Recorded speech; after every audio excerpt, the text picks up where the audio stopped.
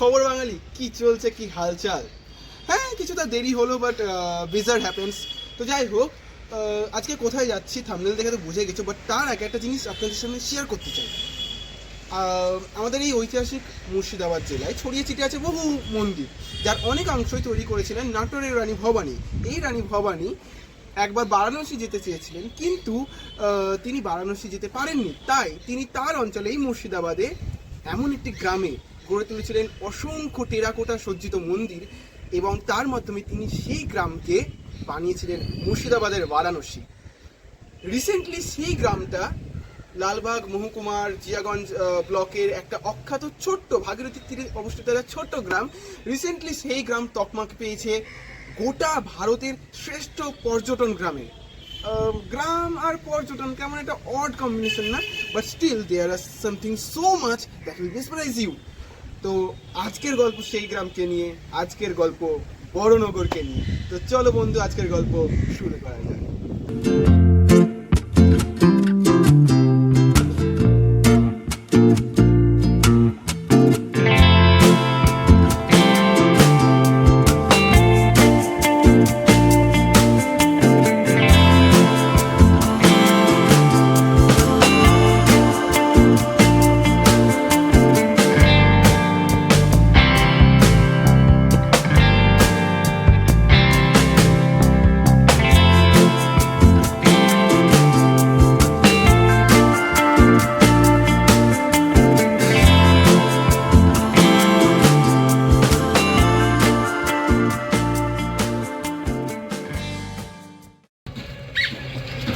আচ্ছা, আমরা নেমেছিলাম আজিমগঞ্জ জংশনে। যারা নেক্সট আসবে তারা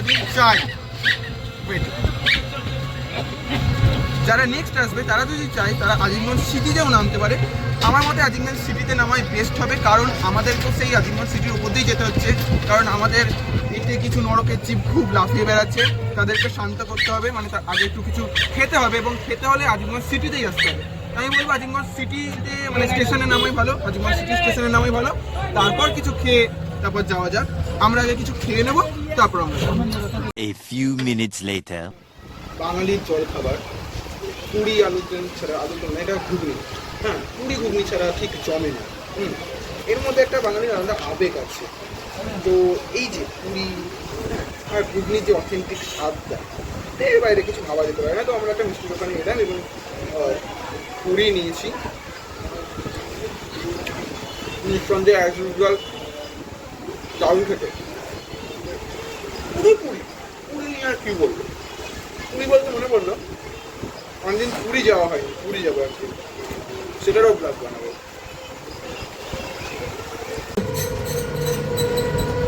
তো আমাদের উদয়পুরটি কমপ্লিট। এবার আমরা যাচ্ছি হচ্ছে চারবাংলা মন্দিরের উদ্দেশ্যে। আবার একটা টোটো করে নিয়েছি, সেটা ওই সিটি স্টেশনের ওখান থেকেই। এবার আমরা একদম মন্দিরে যাব, তারপর বিস্তারিত সব কিছু সেখানে হচ্ছে। চলো যাওয়া যাক। 5 minutes later. যা বুঝতে পারলাম, চারবাংলা আমাদের জন্য খুব কুৎসাহিত, মানে আমরা চারবাংলার জন্য খুব কুৎসাহিত। আমরা এর আগেও এসেছিলাম, তখনও রেনোভেশনের কাজ চলছিল। আমরা এখন এসেছি, এখনও রেনোভেশনের কাজ চলছে। সব কিছু বাসে ভর্তি, মানে চারিদিকে বাস, চারিদিকে বাস, জীবনে বাস, মন্দিরে বাস, রাস্তায় বাস, দুর্গাপুজোর বাস, চারিদিকে বাস, হ্যাঁ ভিডিওতেও বাস। কি আর করা যাবে, নেভার লুজ হোপ। যাই হোক, চারবাংলা মন্দির বাইরে থেকে যা একটু দেখা যাচ্ছে, একটা জিনিস দেখাই, এইভাবে তো কোনোদিন দেখেছি আমরা। এই যে গঙ্গাটা ওই মাথা থেকে এসে বাঁক নিয়ে আবার যাচ্ছে। আমরা ম্যাপে গঙ্গার গতিপথ আঁকার সময় ইউজ করতাম, কিন্তু কোনোদিন গঙ্গাটাকে এইভাবে দেখেছি যে কি সুন্দর একটা বাঁক নিয়ে সে এগিয়ে চলেছে নিজের পথে। ঠিক আমাদের জীবনেও যেমন প্রচুর বাঁক আসে, আমরা থেমে যাই, আমরা কেউ কেউ হেরে যাই, আমরা কেউ কেউ পথভ্রষ্ট হয়ে যাই। গঙ্গা থামে না, গঙ্গা কিন্তু সেই বাঁক নিয়ে বাঁককে ভেঙে দিয়ে চলে আসছে।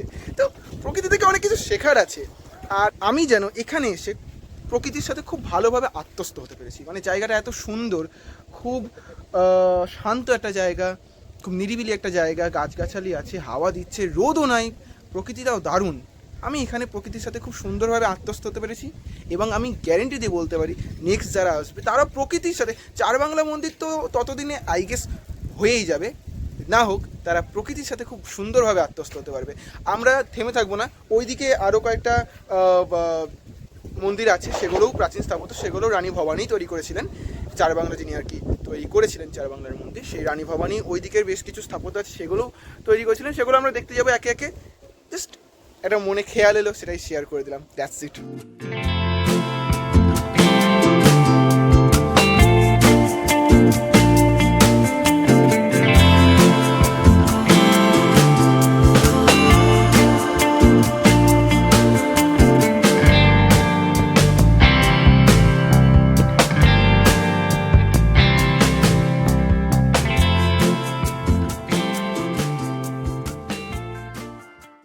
মন্দিরগুলোর ঐতিহাসিক গুরুত্ব দেখে এইটুকুনি তো আশা করাই যায় যে, মানে বোঝাই যাচ্ছে, আশা করা কি, বোঝাই যাচ্ছে মন্দিরগুলো কত পুরনো। সেই সময় বাংলা অবিভক্ত ছিল, বঙ্গদেশ বলতে সেই সময় বোঝাতে হচ্ছে বাংলাদেশ, বর্তমান বাংলাদেশ, পশ্চিমবঙ্গ, বিহার, উড়িষ্যা, ঝাড়খণ্ড, এটুকুনি আমরা সবাই জানি। সেই সময় বঙ্গদেশের নাটোর বলে একটি জায়গা, এবং সেই নাটোরের রানী ভবানী তিনি অত্যন্ত ছিলেন হচ্ছে ঈশ্বর পরায়ণা।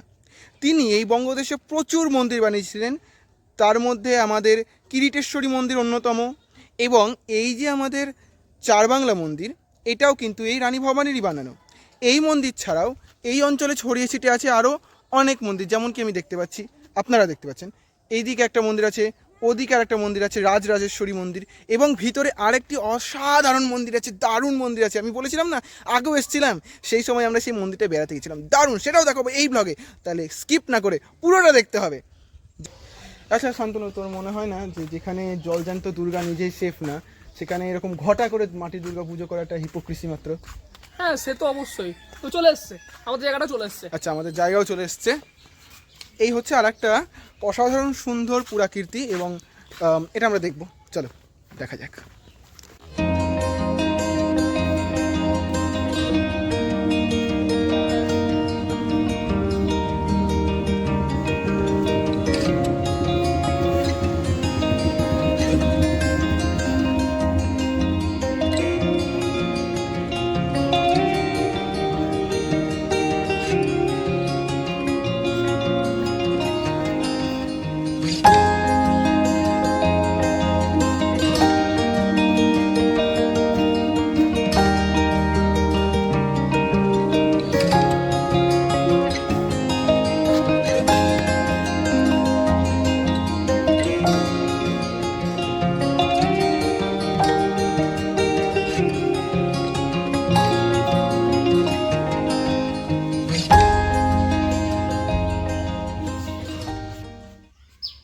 তো এই হচ্ছে দ্বাদশ শিব মন্দির, যেটা অবশ্যই বাংলা প্রাচীন ঘরানার এক ঐতিহাসিক নিদর্শন, যেখানে আমাদের ওপর থেকে নেমে এসছে চারচালা প্রকৃতির ছাদ, এবং এইদিকে বেশ কিছু গম্বুজের ভিতরে আছে হচ্ছে আমাদের গর্ভগৃহ।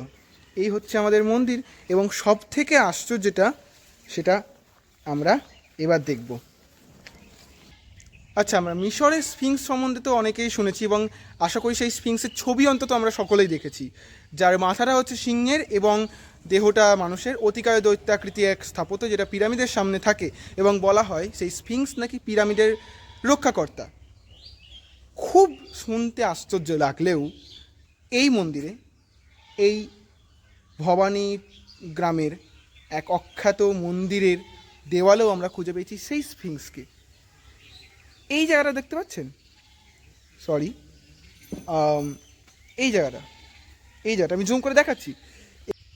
এই জায়গাটা যদি দেখেন তাহলে আপনারা অবশ্যই দেখে বুঝতে পারছেন যে এটা সম্পূর্ণ না হলেও এটা কিন্তু সেই মিশরের স্ফিংসের মতোই, যার উপরের এই অংশটি একটি মানুষের আকৃতির, এবং নিচের নিম্নাংশটি আছে সিংহের আকৃতির। এই স্ফিংস এই দিকে একটা আছে, এবং মন্দিরের অপর প্রান্তে এই দিকেও সেম একটি স্ফিংসের মূর্তি আর কি কার্ভ করা আছে। আর একটা তথ্য আপনাদেরকে দিয়ে রাখি, আমরা দুর্গা পুজোর সময় মা দুর্গার চরণে যে সিংহের মূর্তি দেখতে পাই, সেটা স্বাভাবিক সিংহের মতো দেখতে হলেও দেবী পুরাণ এবং শ্রী শ্রী চণ্ডী অনুসারে হিমালয় দেবীকে কোনোদিনই সেই সিংহ দেয়নি, হিমালয় মা দুর্গাকে দিয়েছিলেন হচ্ছে হিমালয়ান সিংহ। এবার সেই হিমালয়ান সিংহ কীরকম তাও দেখানো আছে এই মন্দিরে, সেটাও দেখাবো আপনাদেরকে, দেখুন।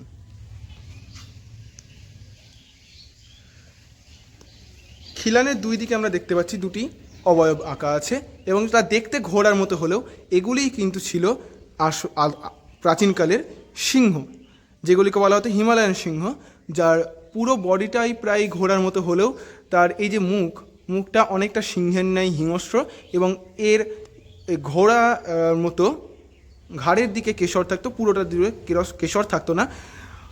তার বডি হতো বেশ অতটা সাবলীল বডি না হলেও একটা হিংস্র ভাব ছিল এবং ঘোড়ার মতো দেখতে হলেও এইটিই কিন্তু আদতের হিমালয়ান সিংহ, যা দেবী পুরাণ মতে দেবী শ্রী দুর্গার চরণে থাকার কথা। পিছনে সবুজ ধান ক্ষেত, আরও পিছনে গিয়ে গঙ্গা, এটা মৃদুমন্দ বাতাস বইছে। আর কি চাই? এই তো বাংলার রূপ, এই তো বাংলার প্রকৃতি, এতেই তো মন মজে যাবে, এখানেই তো শেষ, এখানেই তো জীবন সার্থক। আর কি চাই? তবে একটা জিনিস আমি একটু অনুধাবন করলাম, সেটা ওই মন্দিরগুলো ঘুরে ঘুরে, শুধু মন্দিরগুলো না, আমরা যখনই কোনো ঐতিহাসিক স্থানে পুরাকীর্তিতে যাই সেখানে একটা জিনিস আমরা পার্মানেন্ট সবসময় দেখতে পাই, সেটা হচ্ছে dash plus dash, Payel plus Soumik, Raj plus Ananya, A plus B তার হোল স্কোয়ার, এরকম অনেক কিছু আমরা দেখতে পাই।